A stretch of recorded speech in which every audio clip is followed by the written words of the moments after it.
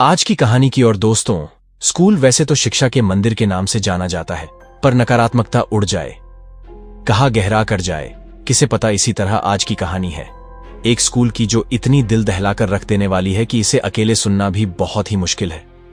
तो आइए जानते हैं इस स्कूल की खौफनाक कहानी। हेलो दोस्तों, मेरा नाम अनुराग है। मैं आज आपको अपने स्कूल की एक सच्ची और अनसुलझी घटना बताऊंगा। स्कूल के लोग और सारे स्टूडेंट्स की एक समय जान निकल गई थी, क्योंकि एक समय मेरे स्कूल में इतनी खौफनाक चीजें होने लगीं जिसके बारे में कोई सोच भी नहीं सकता। ये वाक्य पिछले लॉकडाउन से कुछ महीने पहले का ही है। इस स्कूल जब बना था, उससे पहले इतना बड़ा और शानदार दूसरा कोई स्कूल आसपास के इलाके में नहीं था। यह स्कूल सन 2017 में ही बना था। इस स्कूल के निर्माण के बाद काफी स्टूडेंट्स ने यहां दाखिला लिया था और उनमें से एक मैं भी था। स्कूल के शुरुआती दिन काफी अच्छे रहे। मैं उस समय 8वीं कक्षा में पढ़ता था और शुरू के दिनों में सब कुछ ठीक था, पर एक दिन जो हुआ उसने सबको अंदर से हिलाकर रख दिया। एक दिन की बात है, 9वीं क्लास के दो लड़के ऊपर टेरेस पर गए थे। दोनों शायद घूम रहे थे और उनमें से ही एक लड़का नीचे उतर रहा था। वो अभी सीढ़ियों पर ही था कि उसने एक चीख सुनी। ये चीख शायद उसी के दोस्त की थी। जब वो ऊपर गया तो उसने पाया कि उसका दोस्त टेरेस पर नहीं है और वो टेरेस से नीचे कूद चुका है। फिर वो भागता हुआ नीचे पहुंचा और नीचे एक बड़ी सी भीड़ लगी हुई थी। उसने स्कूल के प्रिंसिपल और एडवोकेट को सारी बातें बताईं। स्कूल की छत पर वॉल्स भी लगे थे, जिसके कारण छत से नीचे गलती से गिरना नामुमकिन था। या तो उस लड़के ने खुदकुशी की या फिर मस्ती करते हुए नीचे गिर पड़ा। उसके दोस्त ने बताया कि जब वो दोनों टहल रहे थे तब उसका दोस्त नॉर्मल था। वो तो उस समय बड़े अच्छे मूड में था। उसने अपने दोस्त से कहा भी था कि मैं थोड़ी देर में आता हूं, अपना टिफिन खत्म करके। ये सब बाकी बड़ा अनसुलझा सा क्वेश्चन था। सभी के सामने इस घटना के बाद लड़कों को अकेले टेरेस पर जाने के लिए मना कर दिया गया। इस किस्से को बीते 2 हफ्ते हो चुके थे और एक बार फिर सब थोड़ा ठीक था, लेकिन अब कुछ इससे भी बुरा घटने वाला था। एक दोपहर की बात है, एक लड़का टॉयलेट के ऊपर वाले पाइप से गर्दन के बल लटक गया, जो बहुत ही दिल दहला देने वाला था। स्कूल वालों और हम में से किसी को भी समझ में नहीं आया कि यह क्या हुआ। लड़का 10वीं कक्षा में था और इसी तरह अगले 1 महीने में 3 बच्चे स्कूल में ही मर गए। इनकी मौत इतनी रहस्यमय होती थी कि कोई समझ नहीं पाता था। पेरेंट्स भी अब स्कूल के ऊपर गुस्सा थे।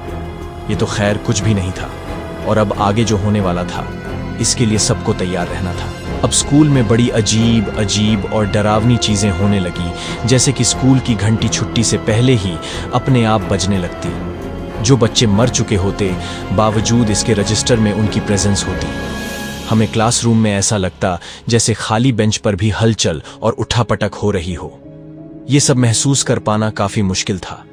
स्कूल वाले भी काफी परेशान थे। अब इनकी दहशत एग्जाम के समय ज्यादा बढ़ने लगी थी, क्योंकि एग्जाम के समय 8वीं से 10वीं तक के बच्चों की एक्स्ट्रा क्लास होती थी और 10वीं वाले बच्चे अपनी असाइनमेंट भी स्कूल के आखिरी कॉरिडोर वाले लाइब्रेरी में बैठकर किया करते थे, क्योंकि उनका वही एक कोना था। इसी तरह एक शाम करीब 4 बजे हमारी क्लास खत्म हुई।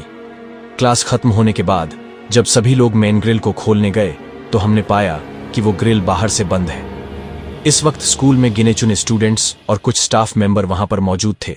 तब आखिर बाहर से किसने ताला मारा होगा? टीचर्स को लगा कि हो सकता है शायद वॉचमैन ने दरवाजा गलती से बंद कर दिया हो। जैसे ही उन्हें यह बताया गया कि एक्स्ट्रा क्लास चलने वाली है, और वॉचमैन को भी इसका अच्छे से पता था, फिर नेल सर ने जब वॉचमैन को फोन लगाया और उससे कहा कि तुमने बाहर से ताला क्यों मारा है, इस पर उसने कहा, अरे साहब, आपको बताया तो था कि मेरी तबीयत सही नहीं चल रही है, जिस कारण मैं 4-5 दिन नहीं आऊंगा। तब सभी को याद आ गया कि आज तो वॉचमैन आया ही नहीं था। शाम ढलने की कगार पर थी और नेटवर्क गायब थे।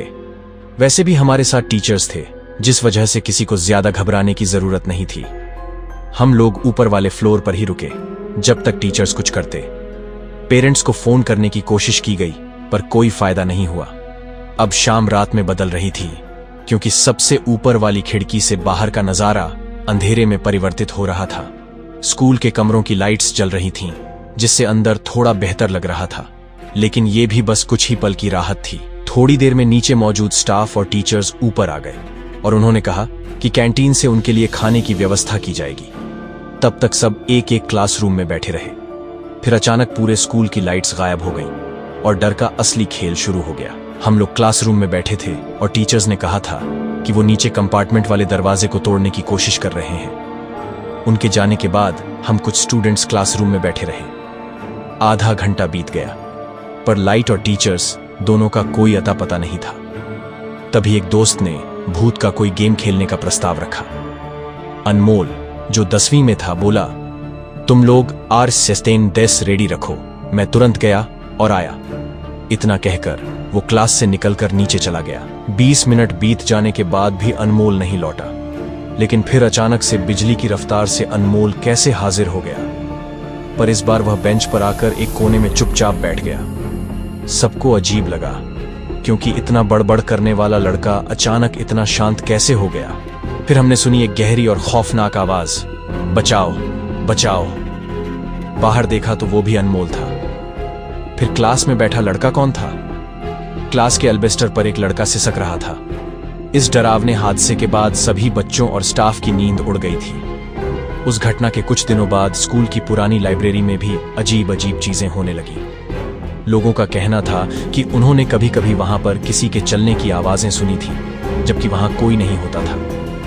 इस घटना के कारण स्कूल के प्रिंसिपल और बाकी स्टाफ काफी तनाव में आ गए थे। सबने माना कि यह कोई साधारण बात नहीं थी। पंडित जी को बुलाया गया और उन्होंने स्कूल के चारों ओर पूजा करवाने का सुझाव दिया। नए अध्यापक रवि सर, जिन्हें हाल ही में स्कूल में नियुक्त किया गया था, उन्होंने कहा कि जब तक पूजा नहीं हो जाती, स्कूल की टेरेस और पुराने क्लासरूम बंद कर दिए जाए। छात्रों के अभिभावक भी बहुत चिंतित हो गए थे और कुछ ने तो अपने बच्चों का स्कूल बदलने का निर्णय लिया था। लेकिन रवि सर और बाकी स्टाफ ने इस मामले को गंभीरता से लिया और उपाय करने का निश्चय किया। आखिरकार एक दिन स्कूल में बड़ा हवन और पूजा का आयोजन हुआ। पंडित जी ने बताया कि स्कूल की जमीन पर पहले एक पुराना श्मशान था, जिस कारण यहां पर नकारात्मक ऊर्जा का प्रभाव हो सकता था। हवन के बाद धीरे धीरे हालात सुधरने लगे। कई हफ्ते बीत चुके थे और स्कूल फिर से सामान्य होने लगा था। बच्चे अब थोड़ी राहत महसूस कर रहे थे और धीरे धीरे सब कुछ पहले जैसा सामान्य हो गया। लेकिन रवि सर ने हमेशा के लिए तय कर लिया था कि स्कूल के पुराने हिस्सों को कभी भी इस्तेमाल नहीं किया जाएगा। उन्होंने प्रिंसिपल से बात करके वहां एक नए विंग का निर्माण करवाया, ताकि छात्रों को किसी भी तरह का डर न सताए। हालांकि उस भयानक रात की यादें अब भी कुछ बच्चों के दिलों में जिंदा थीं। अनमोल, जिसने सबसे ज्यादा इस घटना को करीब से देखा था, अब उस स्कूल से निकल गया और एक नए स्कूल में दाखिला ले लिया।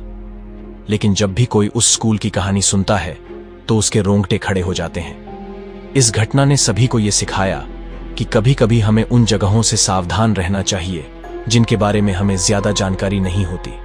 आज भी लोग उस स्कूल को देखकर कांप उठते हैं और कईयों का मानना है कि वहां कुछ न कुछ अब भी छिपा हुआ है।